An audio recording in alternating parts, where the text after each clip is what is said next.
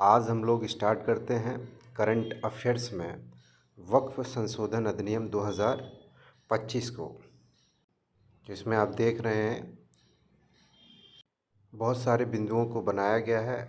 जैसे पहला पॉइंट है 5 अप्रैल 2025 को राष्ट्रपति की मंजूरी मिली और आप सभी जानते हैं राष्ट्रपति की मंजूरी के बाद ये कानून बन गया है। कांग्रेस, EIMIM और आपने सुप्रीम कोर्ट में इसको चुनौती दी, जिसके बाद सुप्रीम कोर्ट ने इस पर स्टे लगा दिया था। तीसरा पॉइंट है 1995 वक्फ अधिनियम में संशोधन करता है। इसका उद्देश्य क्या है? पारदर्शिता, जवाबदेही और दक्षता को बढ़ाना। 2024 में पेश किए गए इस विधेयक को बीजेपी सांसद जगदम्बिका पाल की अध्यक्षता में गठित 31 सदस्यीय JPC द्वारा इसकी जांच की गई। बाद में उम्मीद विधेयक के रूप में इसको पारित कर दिया गया। 31 सदस्य में कितने लोकसभा से थे? तो 21 और राज्यसभा से 10 सांसद थे। अगला पॉइंट है भारत में वक्फ बोर्ड सबसे बड़ा शहरी भूस्वामी है। भारत में वक्फ बोर्ड 8.7 लाख संपत्तियों का मालिक है, जिसमें लगभग 9.4 लाख एकड़ भूमि शामिल।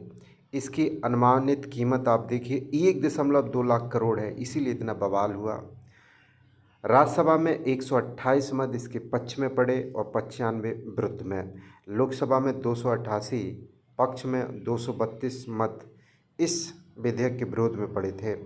उम्मीद का पूरा नाम क्या है? एकीकृत वक्फ प्रबंधन, सशक्तिकरण, दक्षता और विकास अधिनियम।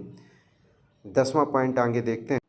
10वां पॉइंट है मुसलमान वक्फ विधेयक 2024 को मंजूरी मिली और ये 1923 का जो अधिनियम था इसको निरस्त करेगा, इसको समाप्त कर देगा।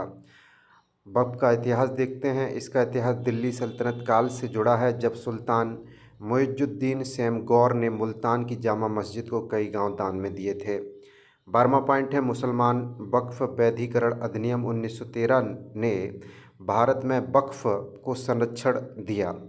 धर्मार्थ और धार्मिक संस्थाएं समवर्ती सूची का विषय है। इसका मतलब ये हुआ इस पर राज्य और केंद्र दोनों मिलकर कानून बनाएंगे, यही होती है समवर्ती सूची। 14वां पॉइंट है भारत में सर्वाधिक वक्फ संपत्तियां वाले राज्य जो हैं यूपी में 27%, वेस्ट बंगाल, पश्चिम बंगाल में 9%, पंजाब में भी 9%।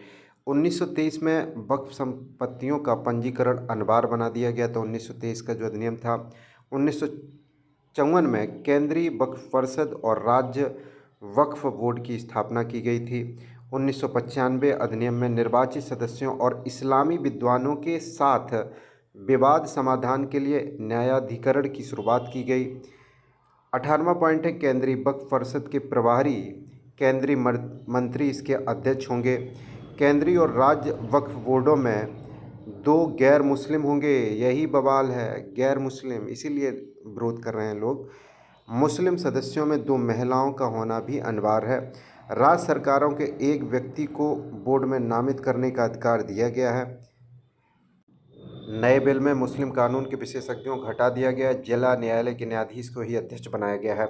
अगला पॉइंट है नया विधेयक न्यायाधिकरण के निर्णयों के विरुद्ध 90 दिनों के भीतर उच्च न्यायालय में अपील कर सकता है। वक्फ के रूप में पहचानी गई कोई भी सरकारी संपत्ति वक्फ नहीं होगी।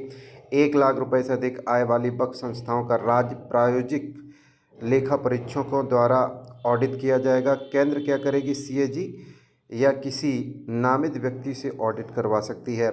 धार्मिक आस्था रखने वाले मुसलमान कम से कम 5 वर्ष तक इस्लाम धर्म अमल करने के बाद ही अपनी संपत्ति वक्फ को समर्पित कर सकते हैं।